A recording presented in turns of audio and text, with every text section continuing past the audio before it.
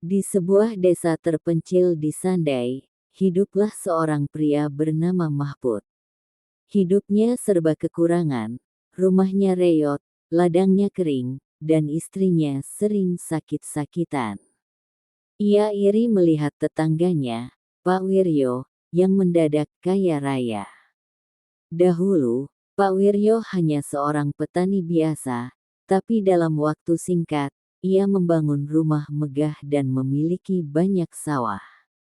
Suatu malam, Mahpud nekat bertanya kepada Pak Wiryo. Dengan suara pelan dan mata penuh kewaspadaan, Pak Wiryo akhirnya berbisik, "Kalau kamu siap menanggung resikonya, aku bisa mengenalkanmu pada seseorang." Perjanjian dengan dukun pesugihan.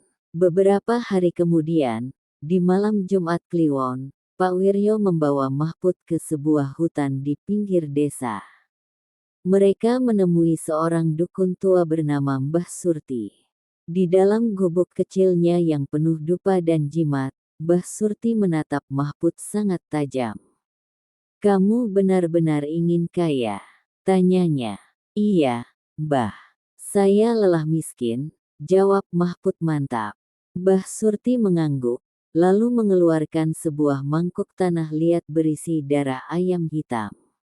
"Pesugihan itu bukan tanpa harga," katanya. "Kamu harus menumbalkan sesuatu yang kamu cintai." Mahpud menelan ludah. Hatinya berdebar. "Apa maksudnya, Mbah?" Dukun itu tersenyum tipis. "Dalam 7 hari, kamu akan menerima rejeki. Tapi setelah itu, setiap 1 tahun sekali, kamu harus memberi tumbal berupa nyawa manusia. Jika tidak, keluargamu sendiri yang akan diambil." Jangan lupakan kawan-kawan, di-like dan subscribe cerita pendek, biar semakin menarik dan seru. Mari kita lanjutkan. Mata Mahpud terbelalak. Ia merasa takut, tapi bayangan kemewahan mengalahkan keraguannya. Dengan tangan gemetar, ia mengucapkan persetujuannya. Kekayaan yang datang dengan kutukan. Benar saja, dalam waktu seminggu, ladangnya tiba-tiba subur. Ia menemukan emas di belakang rumahnya, dan usaha dagangnya yang kecil mendadak laris. Dalam waktu 1 tahun, ia sudah menjadi orang terkaya di desa. Namun, datanglah hari yang ia takuti. Mahpud mulai gelisah. Ia belum siap mengorbankan siapapun. Malam itu, ia mengunci diri di rumah, berharap bisa menghindari perjanjiannya. Tengah malam, terdengar suara ketukan di pintu. Tok, tok, tok. Suara itu makin keras. Tiba-tiba, pintu terbuka sendiri, dan muncul sesosok makhluk tinggi dengan mata merah menyala. "Tumbalnya mana?" Suara serak itu menggema di dalam rumah. Mahpud gemetar. Aku belum siap," katanya terbata-bata. Makhluk itu hanya tertawa dingin. "Kalau kau tak memberi tumbal, maka keluargamulah gantinya."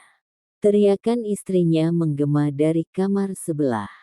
Mahpud berlari, tapi sudah terlambat. Di hadapannya, ia melihat istrinya menggelepar tanpa nyawa, sementara sosok hitam itu perlahan menghilang. Akhir yang tragis. Sejak malam itu, Mahpud berubah menjadi gila.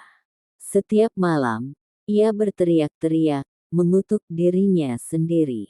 Orang-orang desa takut padanya.